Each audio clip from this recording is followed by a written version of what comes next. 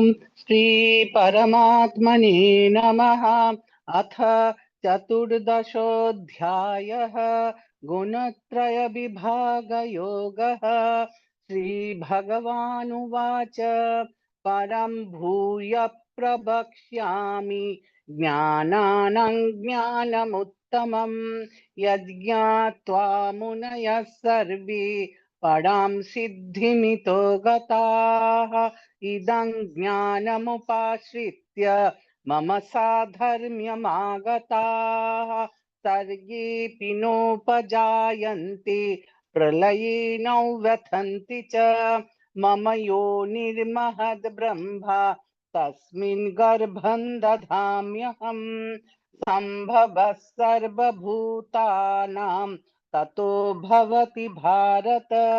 सर्वयोनिषु कौन्तेय मूर्तयः सम्भवन्ति याः तासां ब्रह्म महद्योनिः अहं बीजप्रदः पिता। सत्वं रजस्तम इति गुणाः प्रकृतिसम्भवाः निबध्नन्ति महाबाहो देहि देहिनमव्ययम्। तत्र सत्त्वन्निर्मलत्वात् प्रकाशकमनामयम् सुखसङ्गेन बध्नाति ज्ञानसङ्गेन चानघ।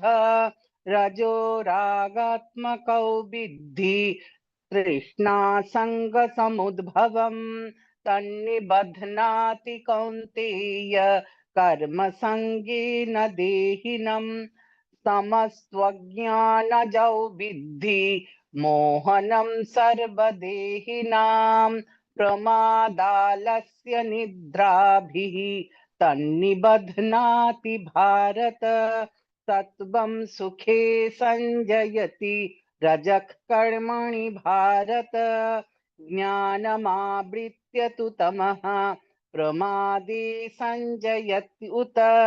रजस्तमश्च विभूय सत्वं भवति भारत। रजसत्वं तमश्चैव तमः सत्वं रजस्तथा। सर्वद्वारेषु देहेऽस्मिन् प्रकाशयुपजायते ज्ञानै यदा तदा विद्यात् विवृद्धं सत्वमित्युत। लोभ प्रवृत्तिरारम्भः कर्मणामसमस्पृहा। रजस्येतानि जायन्ते विवृद्धे भरतर्षभ। अप्रकाशो प्रवृत्तिश्च प्रमादो मोह एव च। तमस्येतानि जायन्ते विवृद्धे कुरु नन्दन। यदा सत्त्वे प्रवृद्धे तु प्रलययाति देहभृत्। तदोत्तमविदाल्लोकान् अमलान् प्रतिपद्यते। रजसि प्रलयं गत्वा कर्मसङ्गिषु जायते तथा प्रलीनस्तमसि मूढयोनिषु जायते। कर्मण्य सुकृतस्याहुः सात्विकं निर्मलं फलम्। रजसस्तु फलं दुःखम् अज्ञानं तामसः फलम्। सत्त्वात् संजायते ज्ञानं रजसो लोभ एव च।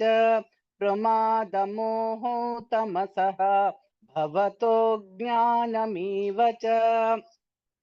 ऊर्ध्वं गच्छन्ति सत्त्वस्थाः मध्ये तिष्ठन्ति राजसाः जघन्यगुणवृत्तिस्थाः अधो गच्छन्ति तामसाः। नान्यं गुणेभ्यः कर्तारं यदा द्रष्टानुपश्यति गुणेभ्यश्च परं वेत्ति मद्भावं सोऽधिगच्छति। गुणानीतानतीत्यत्रीन् देही देहसमुद्भवान् जन्म मृत्यु जरा दुःख दुःखैः विमुक्तो मृतमश्नुते। अर्जुन उवाच कैर्लिङ्गैः स्त्रीन् गुणानीतान् अतीतो भवति प्रभो, किमाचारः कथं चैतान् स्त्रीन् गुणानतिवर्तते। श्रीभगवानुवाच प्रकाशं च प्रवृत्तिं च मोहमेव च पाण्डव, न द्वेष्टि सम्प्रवृत्तानि न निवृत्तानि काङ्क्षति। उदासीनवदासीनः गुणैर्यो न विचाल्यते, गुणा वर्तन्त इत्येव योऽवतिष्ठति नेङ्गते। समदुःखसुखस्वस्थः समलोष्टाश्मकाञ्चनः, तुल्यप्रिया प्रियो धीरः तुल्यनिन्दात्मसंस्तुतिः, मानापमानयोस्तुल्यः तुल्यो मित्रारिपक्षयोः, सर्वारम्भपरित्यागी गुणातीतः स उच्यते। मां च यो व्यभिचारेण भक्तियोगेन सेवते, सगुणान् समतीत्यैतान् ब्रह्मभूयाय कल्पते। ब्रह्मणो हि प्रतिष्ठाहम् अमृतस्याव्ययस्य च शाश्वतस्य च धर्मस्य सुखस्यैकान्तिकस्य च। ॐ तत्सदिति श्रीमद्भगवद्गीतासु उपनिषत्सु ब्रह्मविद्यायां योगशास्त्रे श्रीकृष्णार्जुन संवादे गुणत्रय विभाग योगो नाम चतुर्दशोऽध्यायः। सर्वधर्मान् परित्यज्य मामेकं शरणं व्रज, अहं त्वा सर्वपापेभ्यः मोक्षयिष्यामि मा शुचः। ॐ श्री परमात्मने नमः। अथ पंचदशोऽध्यायः पुरुषोत्तमयोगः। श्रीभगवानुवाच ऊर्ध्वमूलमधः शाखम् अश्वत्थं प्राहुरव्ययम्, छन्दांसि यस्य पर्णानि यस्तं वेद स वेदवित्। अधश्चोर्ध्वं प्रसृतास्तस्य शाखाः गुणप्रवृद्धा विषयप्रवालाः। अधश्च मूलान्यनुसन्ततानि कर्मानुबन्धीनि मनुष्यलोके। न रूपमस्येह तथोपलभ्यते, नान्तो न चादिर्न च सम्प्रतिष्ठा। अश्वत्थमेनं सुविरूढमूलम् असङ्गशस्त्रेण दृढेन छित्त्वा, ततः पदं तत्परिमार्गितव्यं यस्मिन् गता न निवर्तन्ति भूयः। तमेव चाद्यं पुरुषं प्रपद्ये, यतः प्रवृत्ति प्रसृता पुराणी।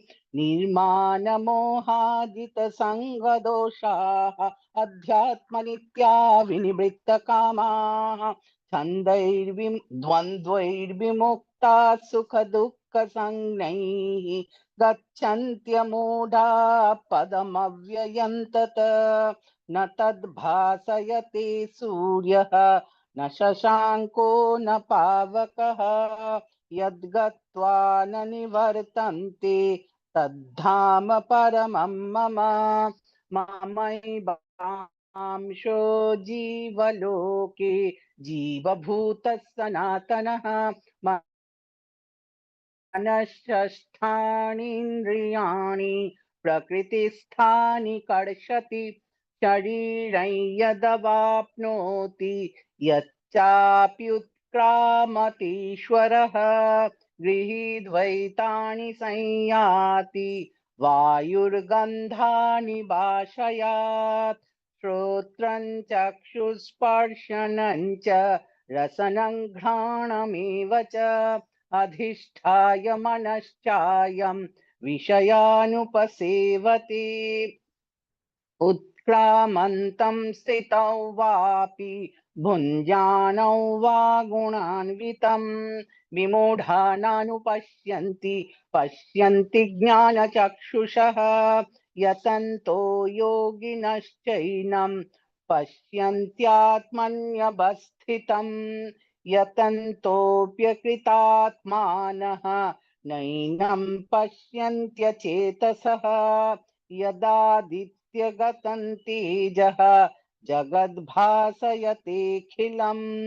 यच्चन्द्रमसि यच्चाग्नौ तत्तेजो विद्धि ममकं गामाविश्य च भूतानि धारयाम्यहमोजसा पुष्णामि चौषधिः सर्वाः सोमो भूत्वा रसात्मकः अहं वैश्वानरो भूत्वा प्राणिनां देहमाश्रितः प्राणापानसमायुक्तः पचाम्यन्नं चतुर्विधम् सर्वस्य चाहं हृदि सन्निविष्टः मत्तः स्मृतिर्ज्ञानमपोहनं च वेदैश्च सर्वैरहमेव वेद्यः वेदान्तकृद्वेदविदेव चाहम् द्वाविमौ पुरुषौ लोके षडश्चाक्षर एव च क्षरः सर्वाणि भूतानि कूटस्थोऽक्षर उच्यते उत्तमः पुरुषस्त्वन्यः परमात्मेति उदाहृतः यो लोकत्रयमाविश्य बिभर्तव्यय ईश्वरः यस्मात् क्षरमतीतोऽहम् अक्षरादपि चोत्तमः अतोऽस्मि लोके वेदे च प्रथितः पुरुषोत्तमः यो मामेवमसम्मूढः जानाति